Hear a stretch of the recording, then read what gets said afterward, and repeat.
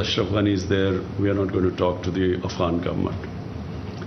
And here I want to say that in 2019, when Pakistan persuaded Taliban to start talking to the Americans, I suggested that there should be, before the presidential election, there should be an interim government so that, the elections would be inclusive. But unfortunately, the Afghan government was very critical about this remark about there being an interim setup. And they went ahead with the elections, and President Ghani got elected.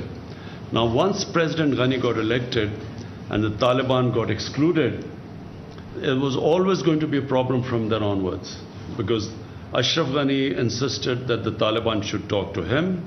The Taliban did not recognize him, they didn't recognize the elections, and they would refuse to talk to him. So that's where the problem started. And that problem still is there. Now, the Afghan government is extremely critical about Pakistan. They think we have some magic powers that we will make Taliban do whatever we want to do.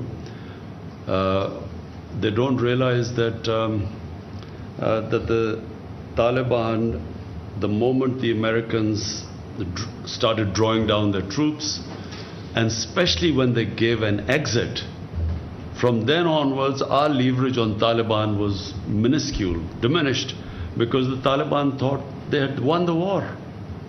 They had won the war by not losing to the Americans. And in their mind, that once the Americans left, then then they had won. So to try and persuade them when a time was given for exiting Afghanistan by Americans, it became extremely difficult to try and persuade them. And Afghan government, unfortunately, is now blaming Pakistan for what is happening there. They somehow think that Pakistan has supernatural powers. We are a superpower plus, which can, which has such power that 70,000 Taliban can take on 300,000 Afghan government troops with aircrafts and with modern weapons, and somehow, we have that power to make them win.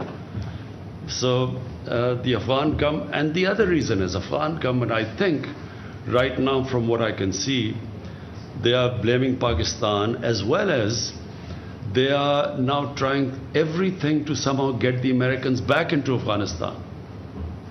The whole posturing right now is that they're blaming the Americans for this debacle, Pakistan and the Americans. And they are trying to somehow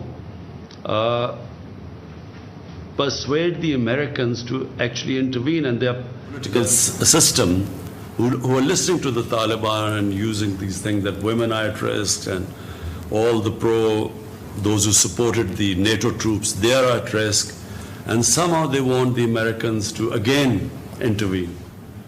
But this is, they've been there for 20 years. What will they do now which they didn't do in 20 years? So so this is the situation right now.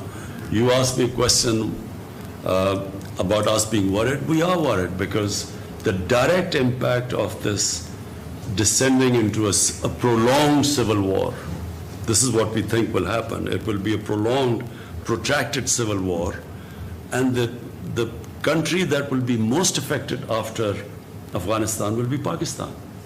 We will be affected, number one, that more Pashtuns are in Pakistan than in Afghanistan. Taliban is basically a Pashtun movement, so it will flow into our Pashtun areas. And it happened after 2003-04. It happened that our Pashtun areas reacted to what was happening in Afghanistan, and Pakistan lost 70,000 people in that because we supported the Americans. And so there's a likelihood that again in our Pashtun areas we will have problems. So that's number one. And then having lost 70,000 people and over $100 billion lost to the economy, half of our tribal area people were internally displaced. About 3 million people were internally displaced. So that's number one worry. Number two is refugees. We already have 3 million refugees in Pakistan, Afghan refugees. 3 million registered. We think there are over about 500,000 more than that. So last thing we want, our economy is just recovering. We do not want another inflow of refugees. And number 3 is that, we have now great plans of our connectivity right into Central Asia through Afghanistan. I just went to Tashkent to work on this railway from Uzbekistan connecting through Afghanistan, through Mazar Sharif and into Pakistan, which would connect this whole area. So this is our future, it's geoeconomics. And we are worried that if there is a civil war in Afghanistan, this whole economic agenda of connectivity with Central Asia goes out of the window. So that's our worry. Sir, in case of the Taliban takeover of Kabul, what will be the government's policy? Will you close the border or cut relations with Afghanistan? What will happen, I can't say.